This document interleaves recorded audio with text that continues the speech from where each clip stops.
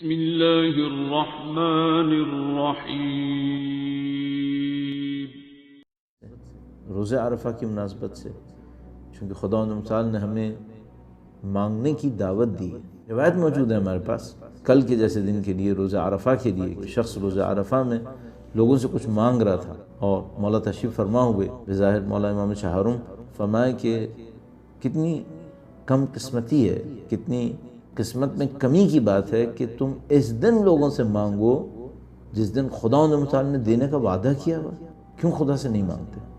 تو یہ عرفہ کا دن فضیلت کا دن ہے، یہ شب فضیلت کے دن رات ہے اور مانگنے کے لیے دعوت دی گئی ہے۔ آپ اور میں جب مانگنے کے لیے دعوت دیے گئے ہیں، بلائے گئے ہیں، ویسے تو عمومی طور پر خدا متعال نے فرمایا ادعونی استجب لکم، آج کی شب خاص طور پہ بلا رہا ہے، اور جب آپ خاص کر مانگنے کے لیے بیٹھیں تو کیا مانگیں؟ تو میں عرض کروں گا خدا متعال سے یہ یقین کی دولت مانگیں۔ اور کتنی بڑی دولت ہے یقین کی دولت، کہ انسان کے پاس کبھی مال ہوتا ہے اور وہ مطمئن ہوتا ہے، کبھی مال نہیں ہوتا ہے اور وہ مطمئن ہوتا ہے۔ کون سا زیادہ قیمتی ہے؟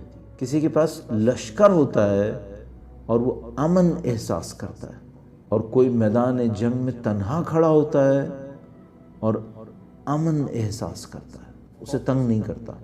کون سا زیادہ قیمتی ہے؟ سید الشہداء اور اہل بیت اطہار علیہ السلام نے ہمیں یہ یقین سکھایا، اور ان کے در اقدس سے جو ہمیں سیکھنا چاہیے وہ یہ جگہ ہے۔ آپ اور میں زندگی گزارتے رہیں گے، ہماری زندگی کے ایام، مہینے، سال گزرتے رہیں گے، محبتیں، سختیاں، تعلقات میں شدتیں آتی رہیں گی، لیکن کچھ حقیقتیں کبھی ختم نہیں ہوں گی، اور وہ حقیقت یہ ہے کہ ہم نے ان حقائق کو کتنا پہچانا ہے، ان کے اوپر ہمارا یقین کتنا ہوا ہے، اس کو ہم عرفان تعبیر کرتے ہیں۔ خدا کی حقیقت، قیامت کی حقیقت، اہل بیت اطہار علیہ السلام کا مقام، ان کی عظمت، اور موت اور موت کے بعد پیش آنے والے واقعات، ان سب کو ہم کیسے دیکھتے ہیں، کیسے سمجھتے ہیں؟